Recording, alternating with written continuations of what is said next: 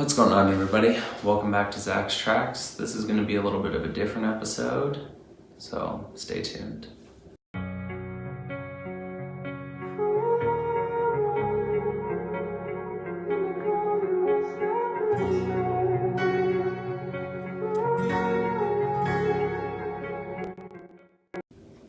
So to start things out on a bit of an update on what I've been doing, I have been to a few different places over the past few weeks. It's been an insane month of traveling because my classes start to ramp up in June.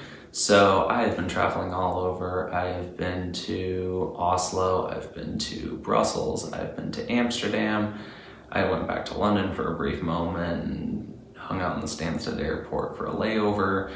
And it was a very fun time over those past few weeks. I really enjoyed every minute of it, and I am so thankful to be here and to be able to enjoy this. However, there has been a bit of a snag in this entire experience, and I wanted to take some time to talk about it because you're not going to be seeing as many vlogs due to the situation, and I also just wanted to talk about it for anyone who's watching this that's thinking about studying abroad, that they just take what has happened to me and hopefully can learn from it and not experience the same thing. Over the past week, I went to Spain, and the initial plan was to go from Cologne down to Madrid, and then Madrid to Barcelona, and Barcelona to Germany again. And though we were able to do that entire journey, there was a whole slew of issues that happened along the way. But in Madrid, I was robbed and I got my entire backpack stolen. It had everything that I used to work in it, work on vlogs, to work on the photos and videos that I edit, and the different things that I do to make a living, and all of it was taken away in a split second. And I want to kind of tell you the story and then explain some things that I've learned from this situation, and then end on a slightly more positive note. So we were walking around Madrid and we saw a ton of different things all around Madrid. We were very, very tired from the night before, but we were just carrying our stuff around, and we were going to see a couple of touristy things before we left Madrid, since we didn't have too much time there overall. And after seeing a ton of different things, we finally went and stopped by a Starbucks to get water. And so I could purchase this mug that I have collected from every country I've gone to. I so far have 7 of them, and I hope to collect more in the future. But as we were in Starbucks, when I went to go turn around to put that mug into my backpack, someone in that split second had taken my backpack and replaced it with another backpack that was full of absolutely nothing. I've gone back and forth between thinking, is this my fault for not keeping a close enough eye on my stuff, or it's just, it happens to people, and I was unfortunately one of the people that fell victim to it. And it's been hard because I lost my means of livelihood. I lost a lot of things that I was passionate about. I had my computer that had stickers collected on it. I had my iPad, which had all my school notes and stuff on it. I had different clothing items in there that meant a lot to me. I had my passport in there. I had everything that really, really was important to me, and just important for traveling in general. And I lost it all.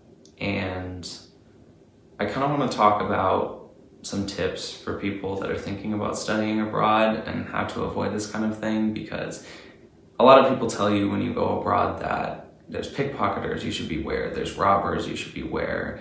And that's true of any place that you go to. Even in my hometown, there's people that rob, there's people that steal and pickpocket and whatnot. It happens everywhere, and you should always be keeping an eye on the things that you own. But you never think it's going to happen to you, and that's the mentality that I was in for so long, is that it's never gonna happen to me because I know what I'm doing. I think I am well traveled enough to know exactly what I'm doing, and I don't need the advice of other people during this situation, but that's false. It happens to everyone, and it doesn't matter if you've traveled to many countries or if it's your first time ever leaving your own country. It happens. My advice I have for you is to avoid the places that would seem very touristy, such as Starbucks or McDonald's, or just places that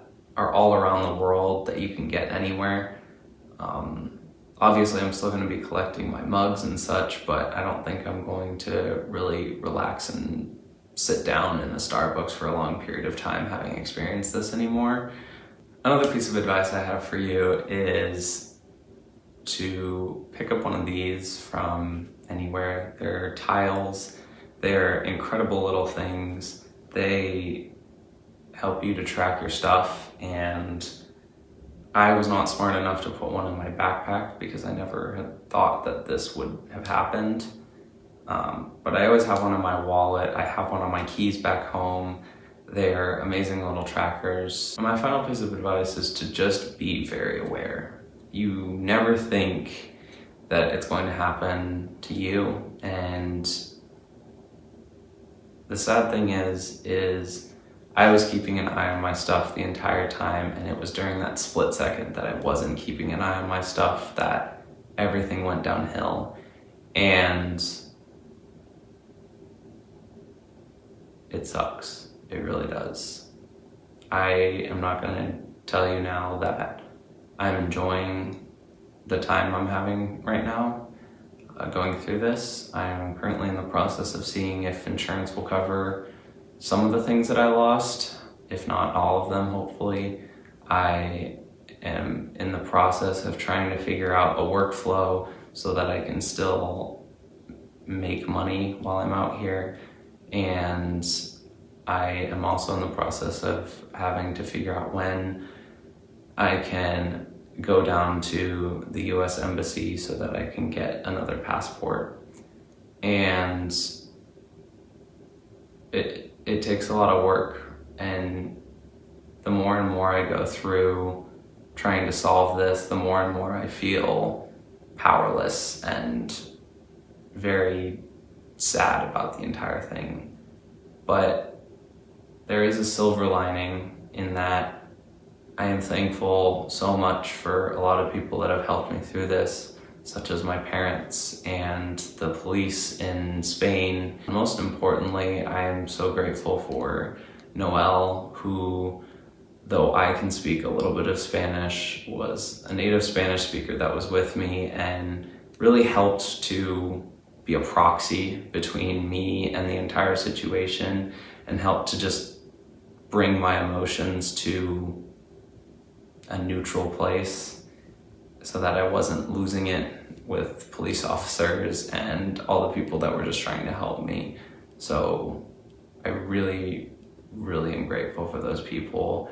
And yeah, fortunately I had all my stuff backed up onto a hard drive in my apartment, so I still have a lot of the footage that I've taken over the past weeks. There's a lot of negatives that go into this situation, but it's important whenever you're feeling this violated by just life and what's happening, that you stay as optimistic as you possibly can, because though it may be very, very hard, especially if you have lost something that means a lot to you, that you keep your mood up to help you get through the entire situation. There's been many times over the past few days that I've wanted to just quit and give up and go home, but one, I don't have a passport, so that's not gonna work out. And two, it's not gonna help the situation any if I just give up now. It's going to make me a stronger person.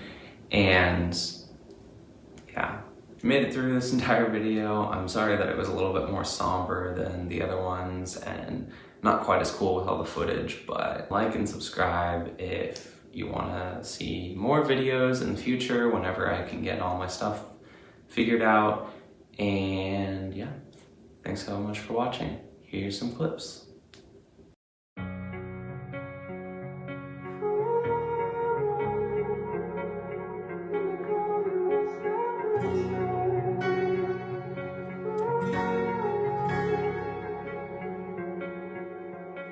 You turn toward me and look so weak. I've never seen you with such tired eyes. And everything we said we'd be, we just traded for a suit coat and a tie. Baby, it's time to go. And underneath the rose of trees, we'll see you where the ocean meets the sky. Under your toes, the fire grows. You are ready for a different kind of life. Silent for the wind is cold. You must return to the wild. Silent for the wind is cold. You must return to the wild.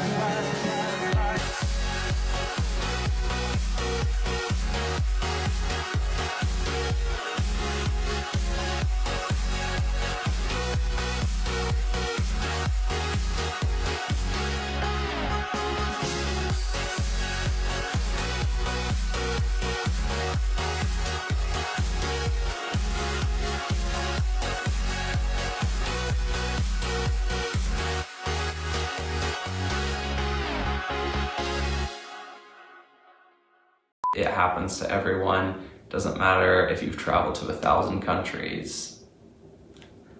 1,000 countries.